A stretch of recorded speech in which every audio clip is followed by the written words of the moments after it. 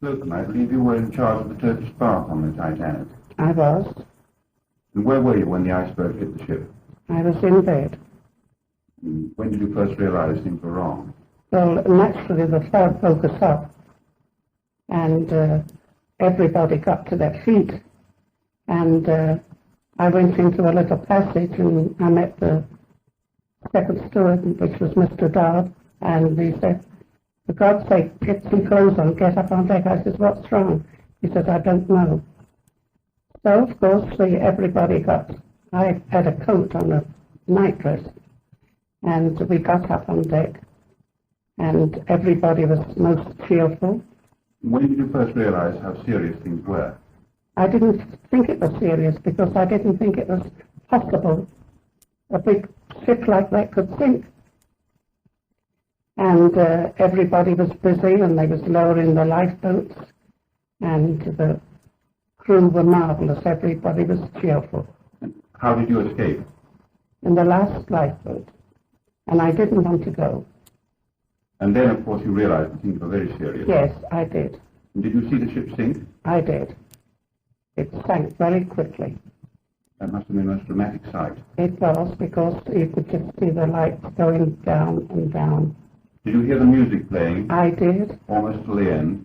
Till the end, I heard them play, Nearer My God to Thee. Nearer My God to Thee. And I met a steward, and he said, "Here you are, grab hold of this." And it was a baby. So I took the baby. And then when they lowered the last lifeboat, I didn't want to go. And they said that one of the other stewards, and Mr. Wheat, he was helping lower them, and Mr. Murdoch, he was the chief steward, and he was shouting out, "Ladies, children and women first." They was marvellous. And you took the baby? I took the baby, and I didn't want to go, so they said, "Come on." And I went down in the last lifeboat, and I think there was 72 in it.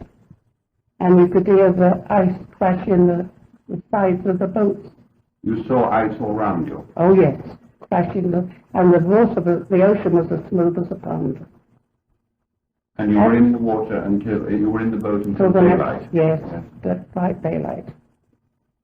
And then we was brought on to New York, and the Lapland brought us back to Plymouth, the survivors, which had to come back. So then, of course, we was kept there a little while, and then brought on to Southampton. Of course, that was very sad, because everybody thought you knew somebody who was lost, and I had so many friends on there, and you couldn't tell them anything.